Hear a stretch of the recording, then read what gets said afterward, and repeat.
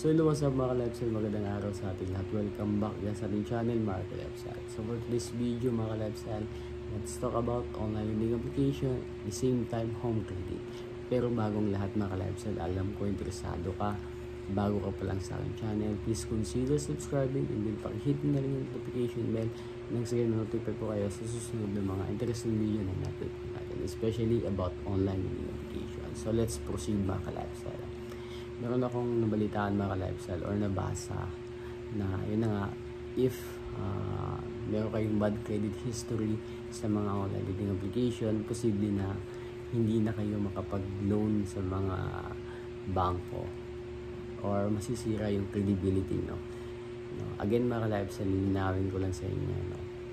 Mapalegit man or hindi, maharas man or hindi, yung mga online lending application na ka-lifestyle, wala po silang kinalaman if ma-reject kayo sa mga bangko, no?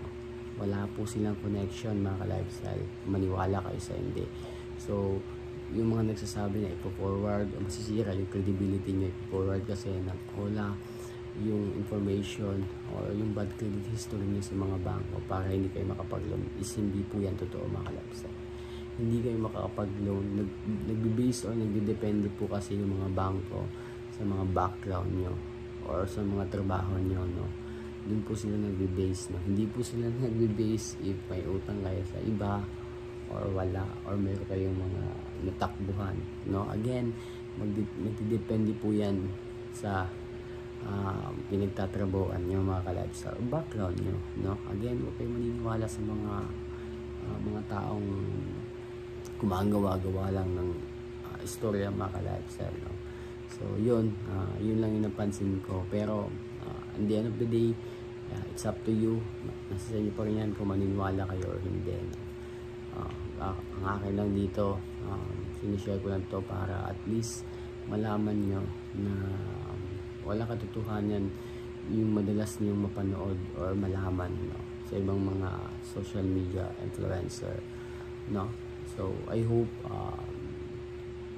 in the end of the day, in the end of this video, mag-research pa rin kayo kung ano yung totoo or hindi, para hindi kayo matakot or mangamba. And then yung home credit naman po, napakaraming mga katanungan ako napabasa, mapa-email man or text, no? So yun, regarding sa home credit mga ka-lifestyle, lagi po daw siyang reject sa cash loan. So upon checking mga ka-lifestyle, nagtanong ako sa kanya, meron pala siyang 3 outstanding loan, no? 2 product loan and then kwarta, no? Take note mga ka-lifestyle, no? Kung gusto nyo ma-approve sa cash loan, bayaran nyo muna yung kwarta. Kahit meron pa kayong outstanding na product loan, pag binayaran ng buo yung kwarta, or let's say 70 or 80% na yung nababayad nyo sa kwarta, once na merong offer na cash loan, I guarantee 100% na ma-approve kayo, no? Huwag nyo lang isagad. Example, merong offer na 120,000, gawin yung 50-60. In that way, in that chance, malaki yung chance nyo ma-approve. So yun yung ginawa ko mga ka-lifestyle, no? Again, if meron kayong 3 outstanding loan sa home credit, 2 product loan, kwarta, then may offer sa inyo, kahit babaan nyo pa yung credit limit, sabihin natin 10,000, 5,000, disapprove po yan, reject po yan, maniwala kayo hindi. Ngayon, pag binayaran nyo ng buo yung kwarta, then may nag-offer na naman, mahirap kasi mga ka-lifestyle, maniwala kayo sa hindi. Once na disapprove kayo, babalikan naman kayo for 3 months para mag-apply, no? So again, wag po kayo mag-apply, no, if merong offer, no, and then meron kayong outstanding na mga loans na 3, kwarta, product loan 2, reject po yan, maniwala kayo hindi. Kahit babaan nyo yung credit limit, reject pa rin yan, no? Bayaran nyo muna yung kwarta or 2 product loan. In that way, strategy po talaga ng home credit yan mga ka-lifestyle. And then ito pa, no, one thing for sure, no, if nakapag-loan kayo or maglo-loan kayo sa cash loan na correction, wala kayo sa hindi, napakalaki ng interest niyan. Maabot ng 30 to 40% yung monthly interest, yung installment.